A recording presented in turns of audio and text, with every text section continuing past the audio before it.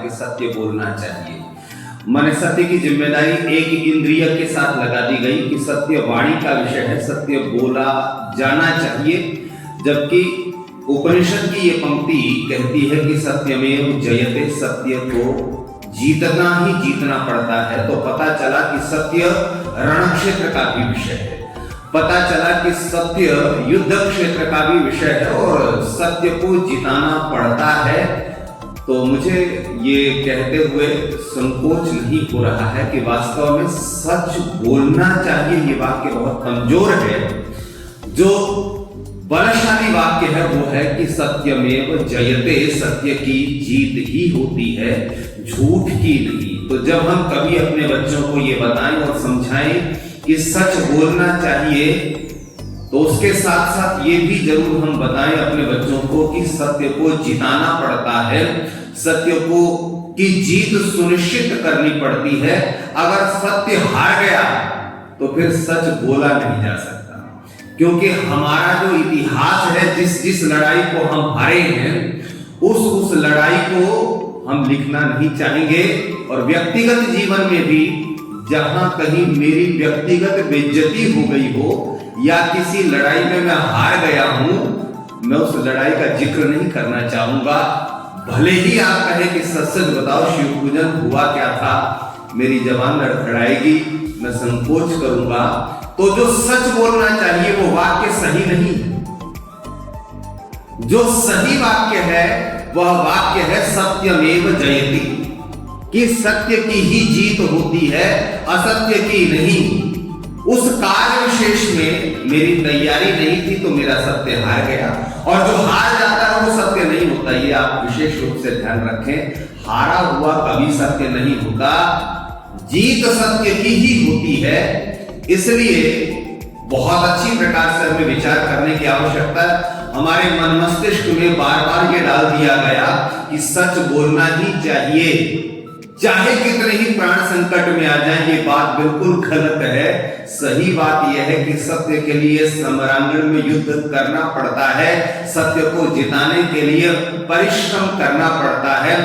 आइए इसी बात को मैं और स्पष्ट करने के लिए आपको महाभारत के रण क्षेत्र में लेकर के चलता हूं। ऐसा इसलिए क्योंकि जब मैं विचार कर रहा था और आसपास जब हम सुनते हैं, पाते हैं, और एक छोटा सा और यहां उदाहरण दे देता हूं कि घर में अगर आपने और हमने अपने बच्चे को सच जीतता हुआ नहीं दिखाया तो बच्चा सच नहीं बोलेगा। प्रायः करके आजकल के नौजवान बच्चे, यौवन में प्रवेश करते हुए बच्चे, अडल्ट एज में प्रवेश करते हुए बच्चे, और या फिर नौकरी में जा चुके बच्चे बार बार अपने पिता को सत्य बोलते हुए देख करके बड़े दुखी होते हैं और कहते हैं कि पिताजी, तुम्हारे इस सत्य ने 2 जून की रोटी तो परिवार को दिलवा न सकी, तुम्हारे सच बोलने की कला ने आज तक परिवार को गरीब ही बना करके रखा है। तो ध्यान करना, उस पिता ने भी सच को यूं नहीं समझा जैसे उपनिषद कह रही है। उपनिषद कहती है कि सत्यमेव जयते नानृताम, सत्य की हर हालत में जीत होनी चाहिए, झूठ की नहीं। और मेरे सामने अगर झूठ जीत रहा है तो मैंने अपने सत्य को सजाया संवारा नहीं है, मैंने अपने सच को योग्य नहीं बनाया है, मैंने अपने सच को बलशाली नहीं बनाया है। और जब सच बलशाली नहीं होता तो वो भी दिल में चूहे की तरह छिपा रहता है। देख लेते हैं, जब कृष्ण को लगा कि कंस बलशाली है, पलायन कर गए। जानते थे कि कंस बड़ा अत्याचारी है और कृष्ण बड़े ईमानदार हैं और कृष्ण ईश्वर भक्त हैं, लेकिन सच को इतना व्यावहारिक होने के लिए आवश्यकता है कि अगर झूठ बलशाली है तो इतनी तैयारी करे कि जब आमना सामना हो तो झूठ को नेस्तनाबूद कर डाले।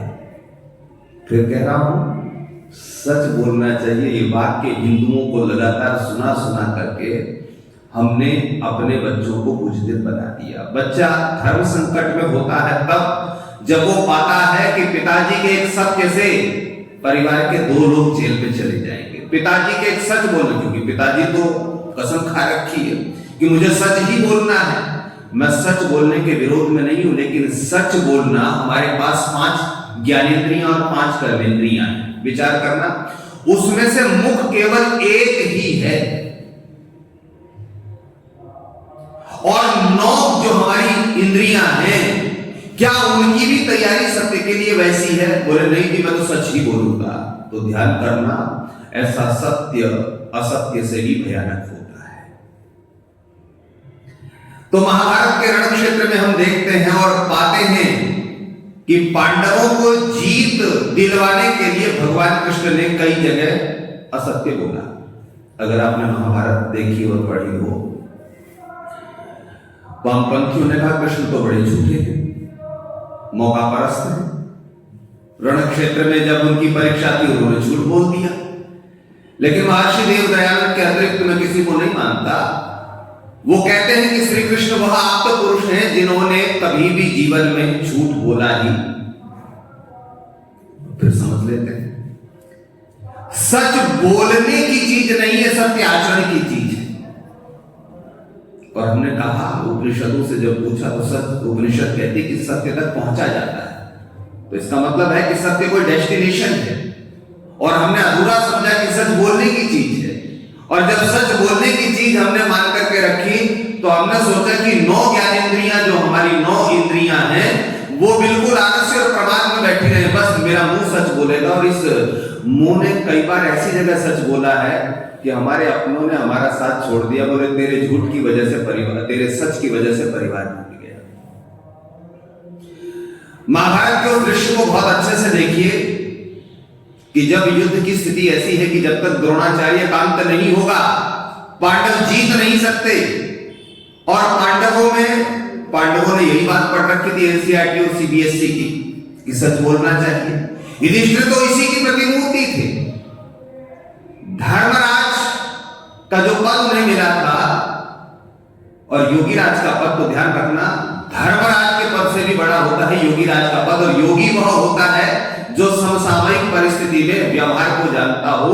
इसलिए धर्मराज जो व्यक्ति है वो कमजोर होता है, जो योगीराज होता है वो विशेष होता है। इसलिए हमने कहा योगीराज श्री कृष्ण। धर्म को जानने वाला विचलित हो सकता है, लेकिन योग को जानने वाला विचलित नहीं हो सकता। इसलिए जो अष्टांग योग है उसका नाम राजयोग है। कोई व्यक्ति अगर न्यायालय की प्रक्रिया को अच्छे से जान गया हो, मनुस्मृति को पढ़ करके सत्य बोलना सीख गया हो, माने जो वकील बन गया हो, और अगर उसको अष्टांग योग की जानकारी नहीं है तो ध्यान कर लेना, वो सच तो बोलेगा लेकिन फंसवा देगा। हमें वकील चाहिए तो कृष्ण जैसा वकील चाहिए। कृष्ण इस चीज की जीत सुनिश्चित करते हैं कि पांडवों को जीतना ही पड़ेगा, क्योंकि अगर दुर्योधन जीत गया तो लंबे समय तक झूठ का राज रहेगा। और आज 18 दिन के युद्ध में मेरे एक झूठ से आने वाले समय में इस राष्ट्र में सत्य जिंदा रहे, तो इस समय झूठ बोलना नहीं, सच की रक्षा करना है।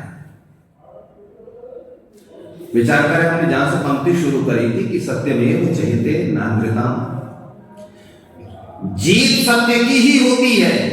और यह बात कह रहा है कि जब जब आपके सामने सत्य होगा, तब तब आपके सामने एक समरांगण, एक युद्ध क्षेत्र बना हुआ होगा।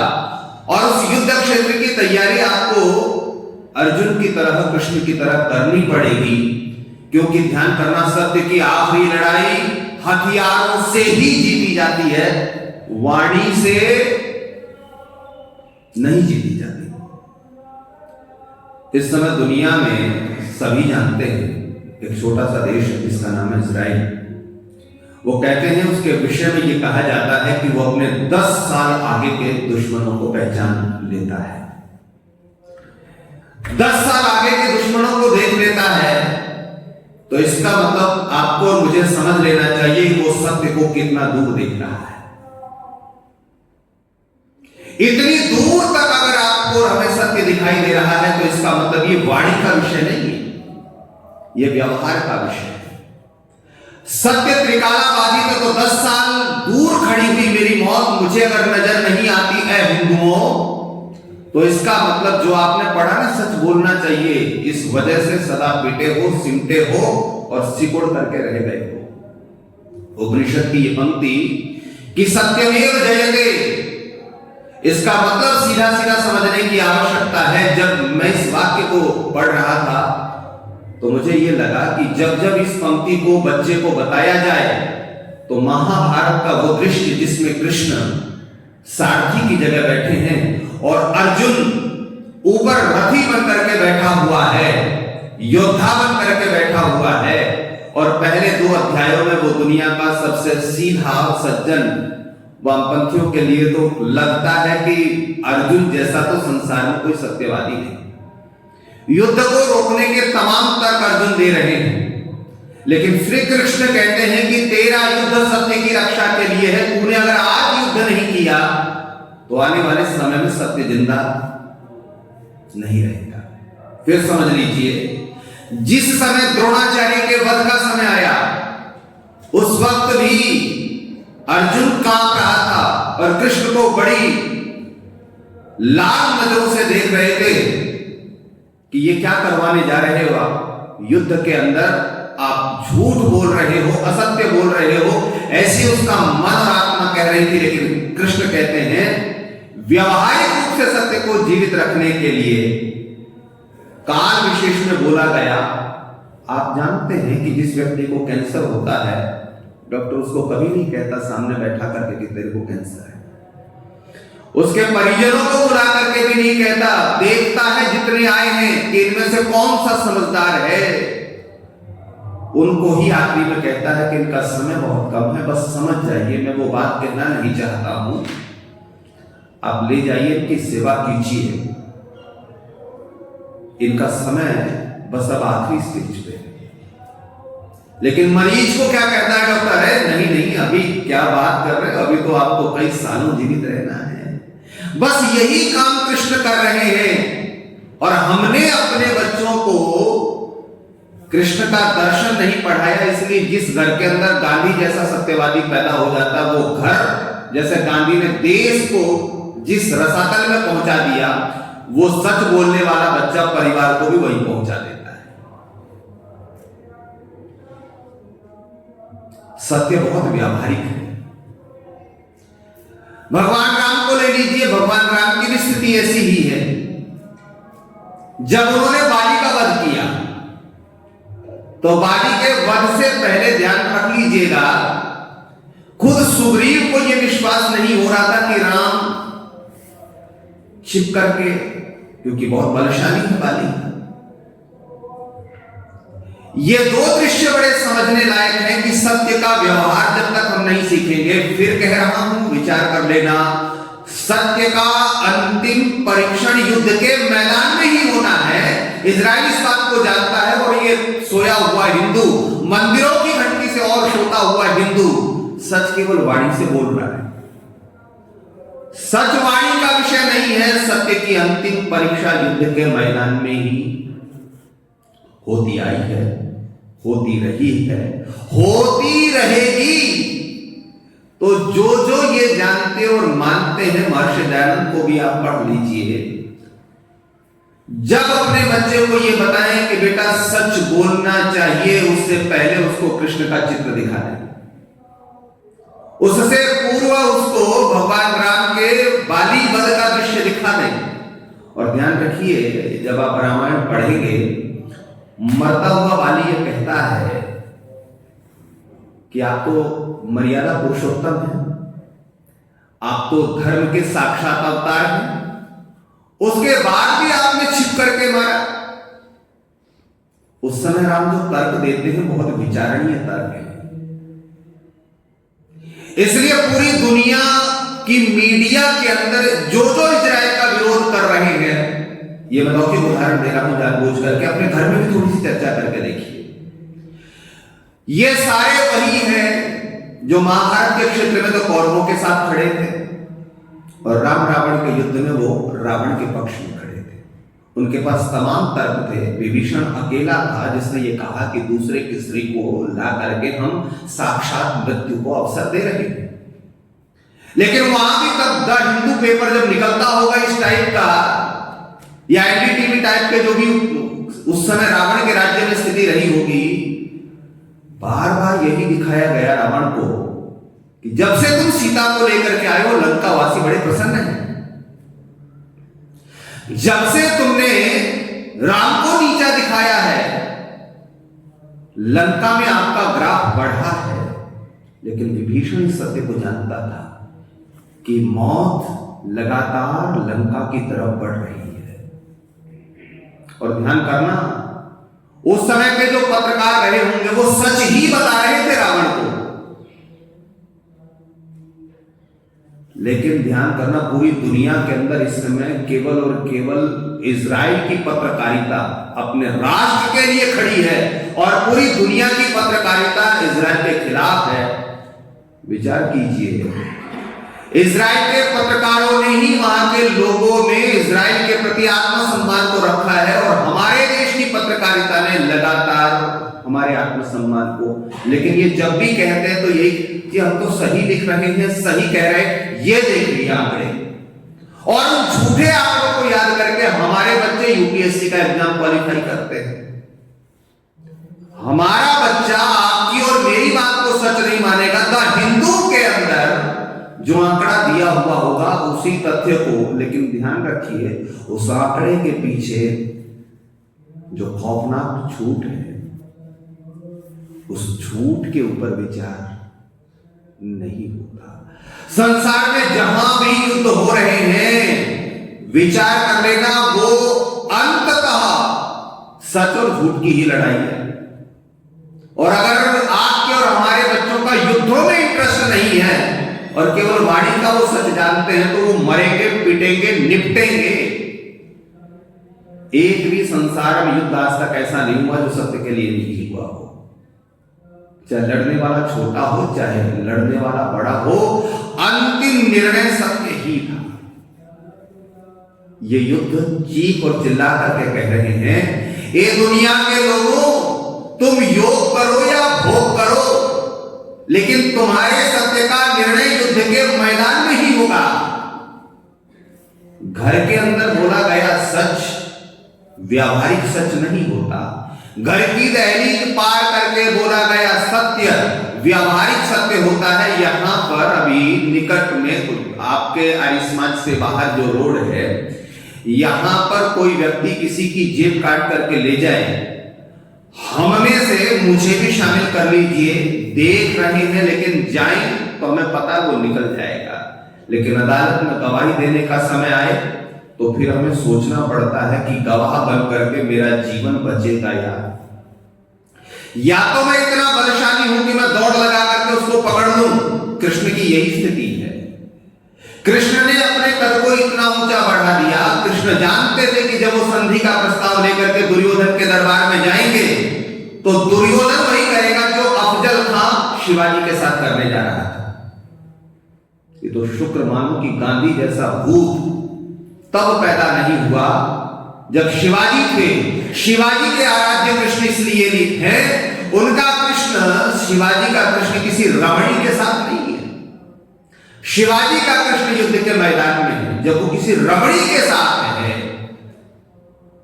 या किसी गोपी के साथ है तो कृष्ण सच के साथ नहीं है। लेकिन जब वो युद्ध के मैदान में है तब कृष्ण सच के साथ है। इसलिए जो लोग कहते हैं राधे राधे, ये सब वामपंथी हैं। जिसके घर में कृष्ण का वह चित्र है जो युद्ध के मैदान में उत्तिष्ठ कौन्तेय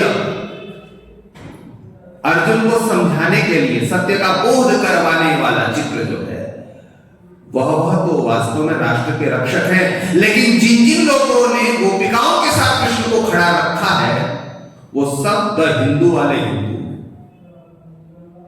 यहां भी एक प्रसंग रख देता हूं।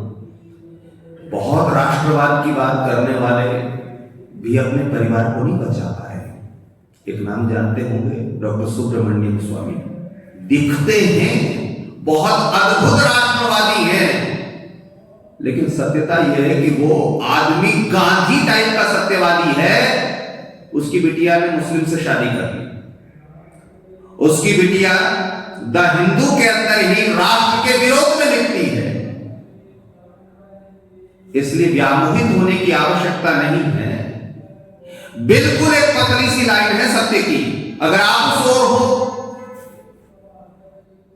आपकी 9 इंद्रियां तो सत्य के साथ में नहीं है, केवल वाणी ही सत्य के साथ में है, तो आप कौरवों के पक्ष में खड़े हो। और जब 10 की 10 इंद्रियां मिलकर के सत्य के लिए तैयारी कर लें, तो फिर आप जानना, आप गांधी नहीं रह जाओगे, आप श्री कृष्ण बन जाओगे।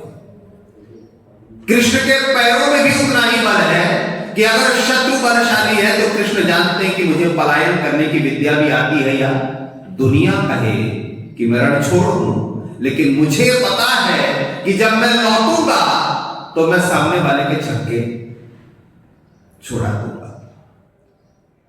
मुझे बड़े आश्चर्य के साथ कहना पड़ता है कि सत्यमेव जयते नानृता, कि झूठ की नहीं होती जीत, सत्य की ही होती है।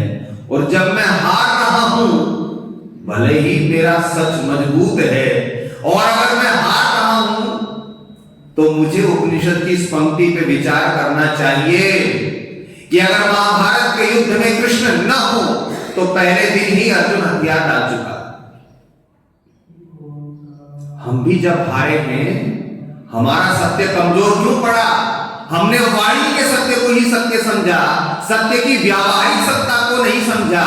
और जब व्यावहारिक सत्ता ही अंतिम सत्य है, इस बात को जो नहीं जानता वो हमेशा सत्य को लेकर के घाटे में ही रहता है।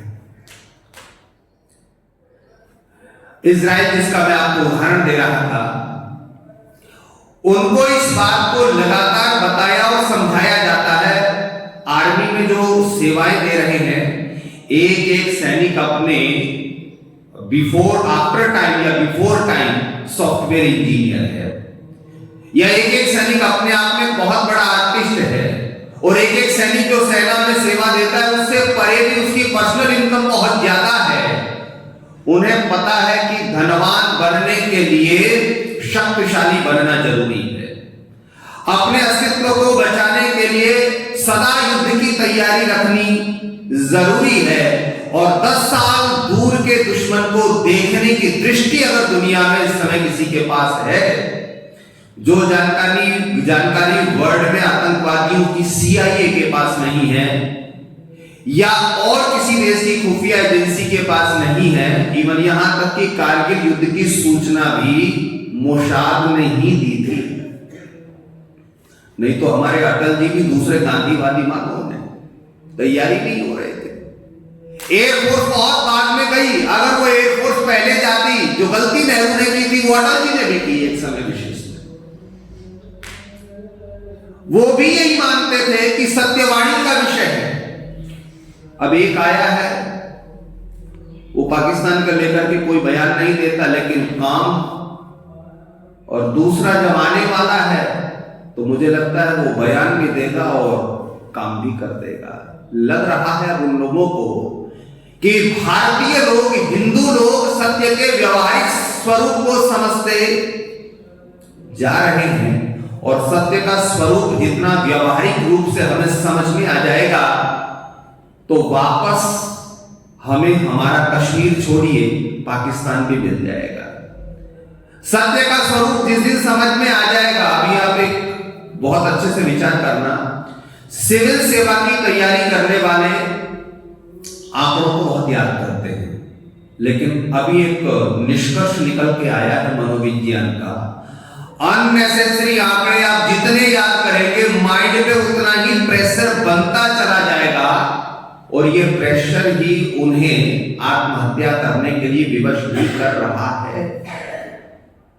जो आंकड़े व्यवहार जगत में नहीं है, जो आंकड़े व्यवहारिक दुनिया से वास्ता नहीं रखते, और वो मैंने याद कर लिए कि बस परीक्षा में जाकर के मुझे लिख देना है, तो हमारा जो ये मस्तिष्क है, जो संसार में यथार्थ को जानना चाहता है, जैसे आर्टिफिशियल आंकड़े को ये याद करता है, इसके ऊपर प्रेशर बनता चला जाता है।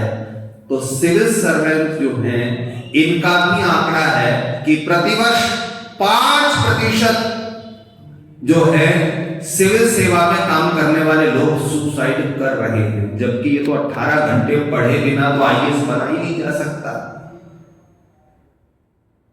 तो ये बहुत व्यवहारिक सोचने की बात है कि IAS बन जाने से आप सत्य को समझ लो, इसकी कोई गारंटी नहीं है। नहीं तो इतने आंकड़ों को प्राप्त करने के बाद भी मेरे अंदर यह तथ्य निकल करके क्यों नहीं आया कि पाकिस्तान इस देश का कब्जा किया हुआ क्षेत्र है।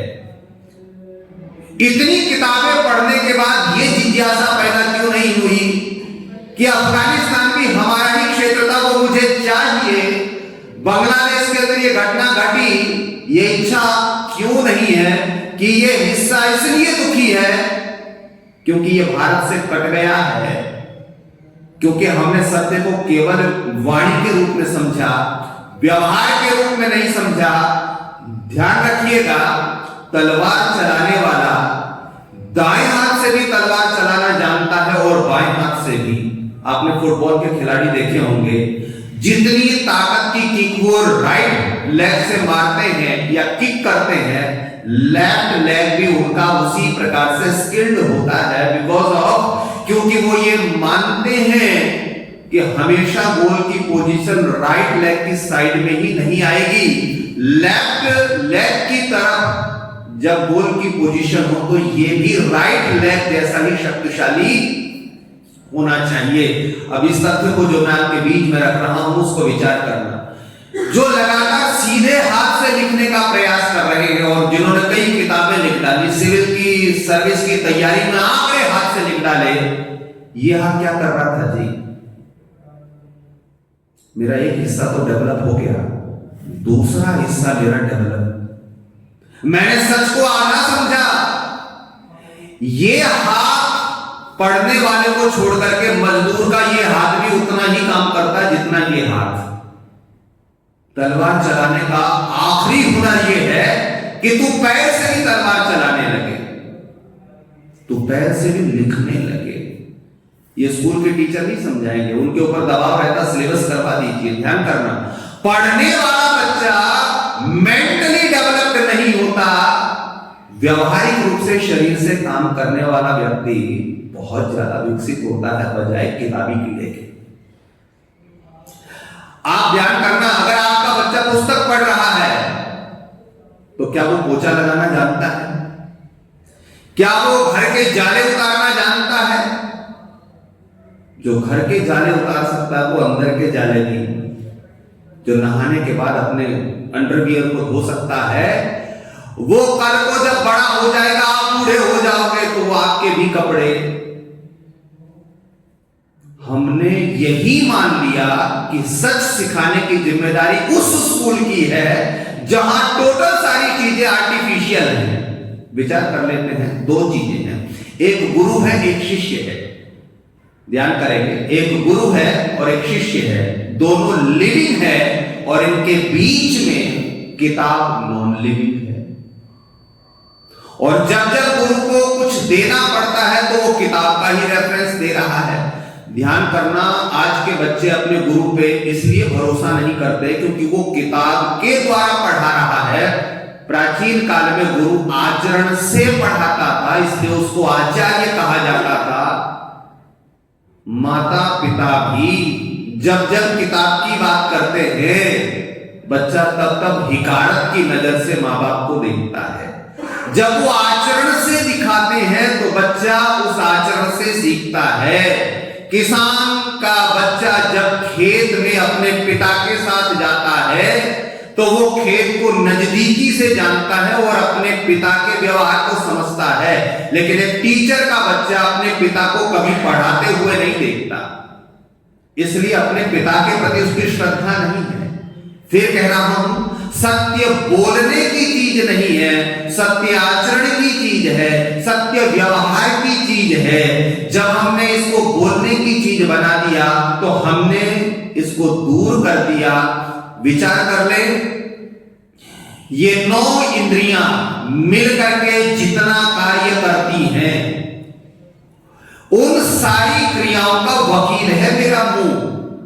अब दूसरा तो उसमें आ जाइए, सारी इंद्रियों को मैंने जमीन पे बैठा रखा है, बिल्कुल निष्क्रिय कर रखा है और मुंह को लगा रखा है। तो अब मैं आपसे पूछना चाहता हूं, मेरा मुंह सच बोलेगा या झूठ बोलेगा?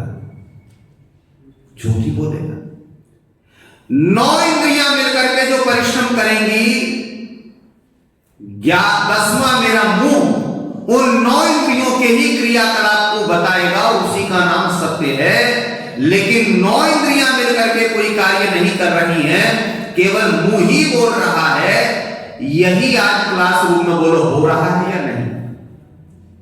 इसलिए बच्चे को टीचर और स्कूल की पढ़ाई इंटरेस्टिंग नहीं लगती, वो बोरिंग लगती है, क्योंकि मेरा दिमाग एक्टिविटी को पसंद करता है, हर किसी का दिमाग। और स्कूल वो जगह है जहां एक्टिविटी लेस एंड बहुत कम और न्यूनतम स्तर पर है। अब जरा गुरुकुल का परिदृश्य भी मैं रख देता हूं। गुरुकुल के अंदर सुबह उठने से लेकर के, और वो आचरण का विषय है, फिर कह रहा हूं वाणी का विषय नहीं। गुरुजी 2 बजे उठे, उदर शुद्धि की, विद्यार्थियों को आचार्य माता ने, गुरु माता ने 4 बजे उठा दिया। और 4 बजे उठ करके बच्चे देखते हैं, विद्यार्थी देखते हैं कि गुरु की शैया खाली है। पता चला गुरुजी बाहर गए, अभी एडिशन का बल्ब जला भी नहीं है। और ध्यान रखना, जो पुत्र प्रतिदिन अपनी पिता की सैया को सुबह 4 बजे खाली देख लेता है, वो ये बात तो जानता है कि पिताजी समय पे उठ जाते हैं। जो समय पे उठ जाता है वो समय पे जाग जाता है, वो समय पे कार्यों को करना सीख जाता है, वो समय पे बोलना भी सीख जाता है। अब जैसे इन्होंने देखा कि आचार्य सैया पे नहीं है, पता चला कि आचार्य कहां है। बालक उठे तो तब तक देखा कि आचार्य ध्यान में बैठ गया है। जिस घर के अंदर छोटा सा पोता या देवता अपने दादा को या पिता को नेत्र बंद करते हुए देख ले, और यूं सीधा, जो आजकल घरों में देखने को नहीं मिलता। जब भी बालक देखता है पिताजी की उंगली यूं ही है, इसका मतलब वो सच जहां दिखा रहे हैं सच दूर है। हो सकता है 200 मीटर की दूरी पे, हो सकता है 1 किलोमीटर की दूरी पे, हो सकता है 10 किलोमीटर की दूरी पे। लेकिन जब बालक ने देखा कि दादा या पिता यूं बैठे हैं, अब इसको लगने लगा कि सच दूर की चीज नहीं है, सच नजदीक की चीज है। सच के लिए दैट का यूज नहीं होगा, सच के लिए दिस का यूज होगा। हमारे घर के व्यवहार में हमने सच को दूर की वस्तु बना दिया है। अब ब्रह्मचारियों को यह पता चल गया कि उदर शुद्धि के बाद, व्यायाम और प्राणायाम के बाद स्वाध्याय शुरू हो गया। स्वाध्याय किसका नाम है? स्वयं के अध्ययन का। तो पहला उन्होंने सीखा, एक शब्द है अध्ययन, आपने जगह जगह देखा होगा। अच्छा, आपका बच्चा स्कूल में क्या करने जाता है? अध्ययन। लेकिन सोच करके बताना, अध्ययन बड़ा या स्वाध्याय बड़ा? अध्याय बड़ा या स्वाध्याय बड़ा? स्वाध्याय सबसे पहली चीज है। जो खुद में रखी किताब को पढ़ना सीख गया, वो फिर दुनिया की किसी भी किताब को, अभी दिक्कत क्या है, वामपंथियों का साहित्य अच्छा क्यों लगता है? क्योंकि जिसने भीतर की किताब नहीं पढ़ी, तो वामपंथी साहित्य बढ़िया लगेगा ही लगेगा। महर्षि दयानंद की विशेषता यह है, बहुत सारे लोग कहते हैं कि ऋषि दयानंद ने वेदों का भाष्य लिखा। आप भी जानते होंगे, क्योंकि जहां मैं बैठा हूं यहां बड़े बड़े विद्वान कह करके गए हैं, बता करके गए हैं कि वो जिस अध्याय का भाष्य करते थे उसके लिए वो पहले घंटों समाधि में बैठे रहते, और उस समाधि अवस्था में, माने उस स्वाध्याय परंपरा में सत्य को जैसा जान लेते, माने सत्य के लिए जो मैंने अभी आपको बताया, दैट का यूज नहीं, दिस का यूज, सत्य को जैसा जान लेते, उसके बाद फिर वो बाहर के सत्य को लिखने का प्रयास करते। ये गारंटी है, ये पूरा परमात्मा की तरफ से इंश्योरेंस है, जो नेत्र बंद करके अपनी 11वीं इंद्रिय से, उसी के लिए एकादशी शब्द का प्रयोग होता है। 10 इंद्रियां हैं जी, और 11वीं इंद्रिय है जिसका नाम मन है। इस मन से आत्मा, और उस आत्मा से परमात्मा को देखने का जो कार्य है, जब ये संपन्न हो जाता है, तो फिर मनुष्य सत्य के लिए दैट का यूज नहीं करता, वो दिस का यूज करता है। तो तो विचार करना, किताबें आई हैं इसलिए ताकि हम सत्य को कमर्शियल बना सके, सत्य बिक सके, सत्य खरीदा जा सके। अच्छा आप देखिए, आपने अपने बच्चे को स्कूल में भेजा तो इस किताबी ज्ञान के लिए पैसा खर्च किया या नहीं किया?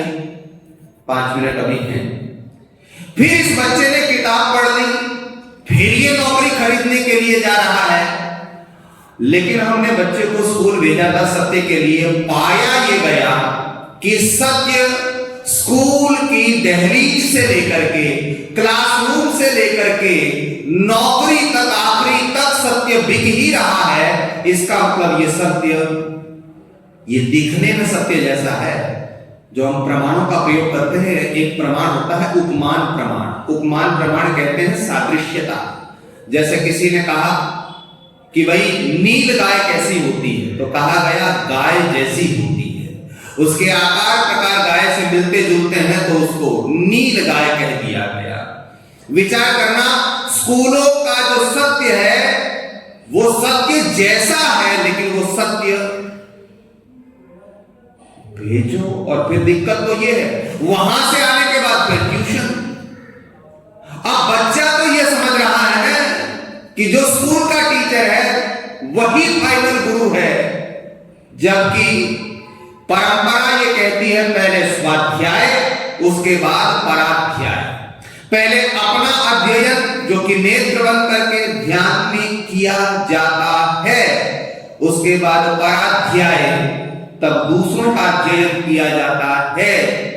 तो सत्यमेव जयते नानृताम, जब मैंने स्वयं का अध्ययन नहीं किया और दुनिया की किताबें पढ़ी, तो ध्यान करना, मैं हमेशा डरा रहूंगा कि जो मैं जानता हूं वो सही है या गलत। इसलिए आज खूब एपेक्स लेवल का पढ़ा हुआ डॉक्टर, वकील, इंजीनियर अंदर से अशांत है, अंदर से घबराहट में है।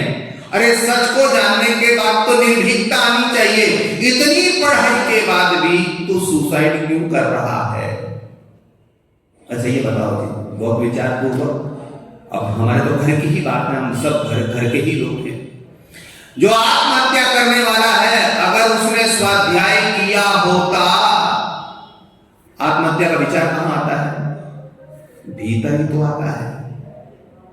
मेरे सबसे निकट क्या है? वही सत्य है। अगर मैं उस सत्य को जानता, अगर मैंने भीतर से सेल्फ कन्वर्सेशन को सीखा होता, तो विचार कर लेना, जब मैं आत्महत्या करने का निर्णय लेता हूं, और अब तो बड़े तरीके से लोग आत्महत्या करते हैं। एक आत्महत्या करने वाला पंडित जी के पास गया, पंडित जी नहीं, पंडे के पास गया। उसने कहा कि इस काम को मैं किस मुहूर्त में करूं। वो पूछना किसी और के लिए चाह रहा था, लेकिन पूछ अपने लिए रहा था। उसने बता दिया ये मुहूर्त अच्छा होता है, बहुत अच्छे से इस मुहूर्त का विचार करके, पूजा पाठ करके, और फिर देखा उसमें बाहर कोई है तो नहीं। सुसाइड करने से पहले उसने अपने चेहरे पे पूरी मुस्कान, उसके चेहरे पे मुस्कान, उसके बाद वो आत्महत्या कर रहा है।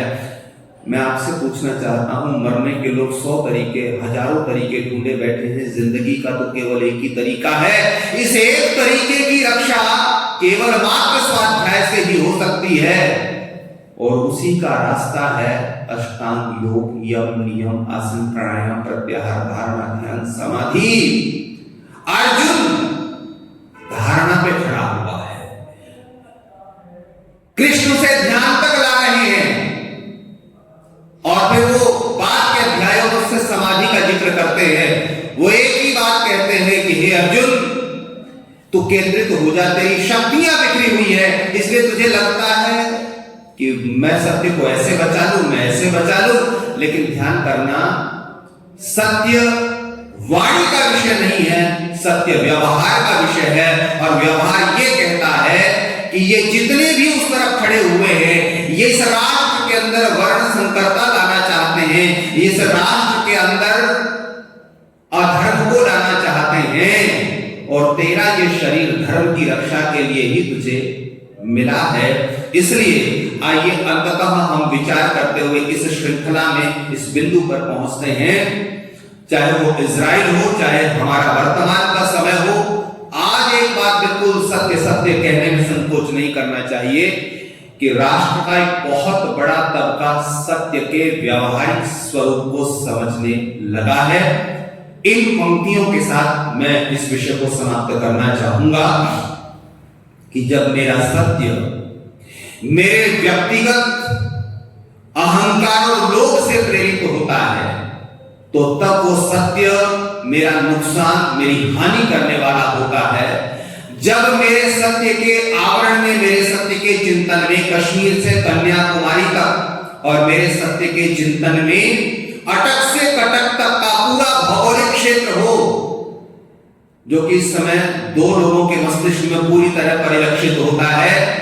मैं देख रहा था जब बंगाल की घटना हुई, किसी राज्य का मुख्यमंत्री नहीं बोला, लेकिन वो दहाड़ने वाला, मैं नमन करता हूं उस महापुरुष को, जिस वक्त उन्होंने कहा कि मैं सत्यार्थ प्रकाश से अनुप्रेरित होकर के मैंने मुस्लिम को सत्यार्थ प्रकाश पढ़ने के लिए दिया कि तुम मैं से ही हिंदू मत बन जाओ, वैचारिक हिंदू बनना, नहीं तो हुआ क्या, तुम हिंदू बने, कोई दूसरा आएगा तुम्हें बहका कर फिर ले जाएगा। तो वो कहते हैं कि मैंने उसको सत्यार्थ प्रकाश पढ़ने के लिए दिया। मैं आपसे भी कहता हूं, आपके और हमारे पोते बचेंगे नहीं अगर सत्यार्थ प्रकाश नहीं पढ़ा। पोते पोतिया कोई नहीं बचेगा, शरीर तो होगा लेकिन ये मतांतरित, धर्मांतरित हो जाएगा, क्योंकि झूठे आंकड़े इतने दिए जा रहे हैं कि व्यक्ति कहता है सारे ही धर्म ठीक है, मजहब नहीं सिखाता आपस में बैर रखना, लेकिन सत्य यह है कि मजहब ही सिखाता है आपस में बैर रखना। तो विचार कर लेना कि सत्य जब अहंकार और लोभ से प्रेरित होता है तो वो परिवार, समाज, राष्ट्र का नुकसान करता है। लेकिन जब सत्य विश्व की भौगोलिक संरचना के अस्तित्व की रक्षा करने वाला होता है तो फिर वो सत्य मर्यादा पुरुषोत्तम राम का सत्य होता है, फिर वो सत्य योगीराज श्री कृष्ण चंद्र का सत्य होता है, और सत्य की अंतिम परीक्षा युद्ध के मैदान में ही होती है।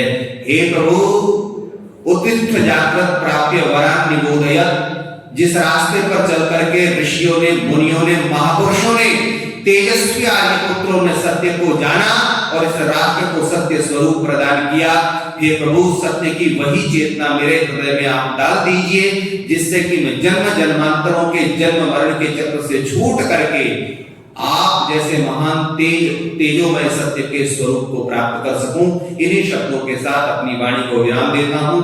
फिर से एक बार अथर्व जी को जन्मदिन की बहुत सारी शुभकामनाएं। इति ओम नमस्ते।